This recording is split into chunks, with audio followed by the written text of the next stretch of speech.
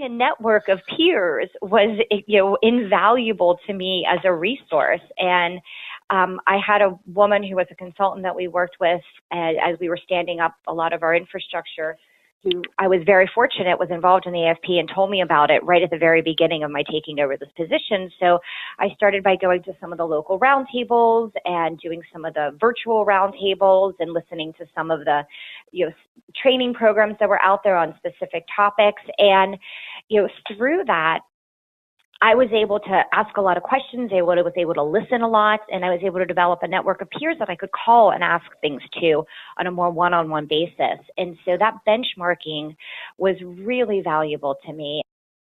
I really love to bring senior analysts into my group. I love to bring people in where I can just look for someone who just has raw smarts, raw talent, very energetic, very enthusiastic, and an eagerness to learn, and then to work with those people to give them more of the Treasury specific information and bring them through the organization. That to me is the most exciting area to hire into.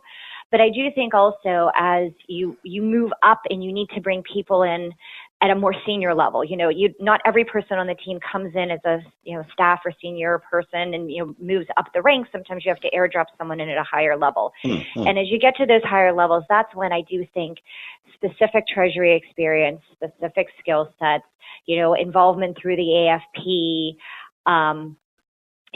knowledge of Treasury systems, it becomes a more important piece of the overall resume.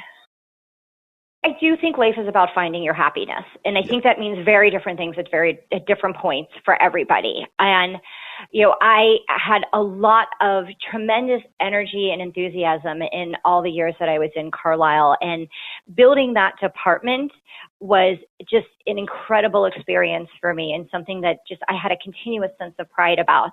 But then I had been there for 16 years and that was a really long time to be in one place. And I had reached a point of stability and complacency. And for me, that's not where I find my happiness. That I like that.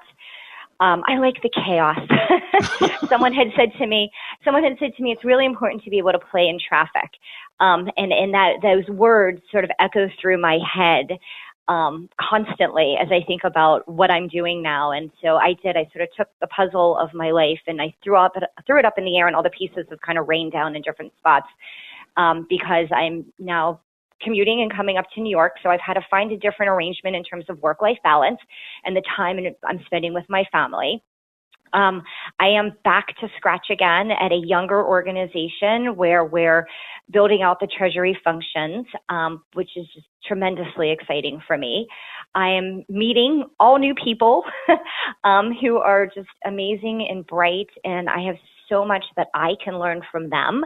I think that sort of shaking it up and changing your circles of who you're interconnecting with is tremendously educational. Different people always bring a different perspective. And that's just been one of the most exciting parts of this change for me, is getting a whole new sphere that I'm surrounding myself with of thought leadership and ideas.